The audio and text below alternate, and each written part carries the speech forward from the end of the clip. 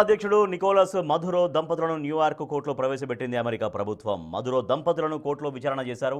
విచారణలో తాము నిర్దోషులమంటూ వాదించారు మధురో దంపతులు. మధురో తాను ఒక దేశానికి అధ్యక్షుడని స్పష్టం చేశారు. తాను ఏ తప్పు చేయలేదన్నారు. డ్రగ్స్ రవాణాకు పాల్పడలేదని చెప్పారు. తాను గౌరవనీయ వ్యక్తినని తెలిపారు. రెండు వైపులా వాదనలు విన్న కోర్టు తదుపరి విచారణను మార్చి నెలకు వాయిదా వేసింది. మధురో ఆయన భార్య సిలియో ఫ్లోర్స్లపై డ్రగ్ ట్రాఫికింగ్, అక్రమంగా ఆయుధాలు కలిగి ఉన్నారన్న అభియోగాలను మోపింది అమెరికా. వారిద్దరిని బ్రూక్లిన్ జైలు నుంచి మన్హటన్ ఫెడరల్ కోర్టుకు తరలించి విచారణ చేశారు.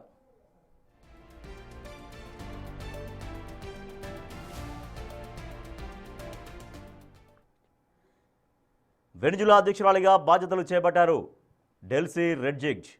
మొదట జాతీయ అసెంబ్లీ స్పీకర్ ప్రమాణం చేయగా తర్వాత డెల్సీ అధ్యక్షురాలిగా ప్రమాణ స్వీకారం చేశారు. జాతీయ అసెంబ్లీ సమావేశమై కాలపరిమితి 5 ఏళ్లకు పొడిగించింది. ఇప్పటికే అమెరికా దాడుల ఘటనపై సమావేశమైంది ఐరాస భద్రతా మండలి.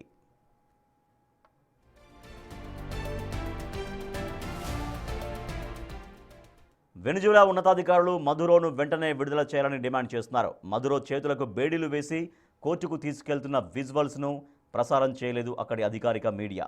మధురోకు బేడీలు వేయడం జీర్ణించుకోలేకపోతున్నామంటూ ఫైర్ అవుతున్నారు. సోషల్ మీడియాలో మధురో విజువల్స్ చూసి తీవ్ర ఆవేదన వ్యక్తం చేస్తున్నారు ఆయన అభిమానులు.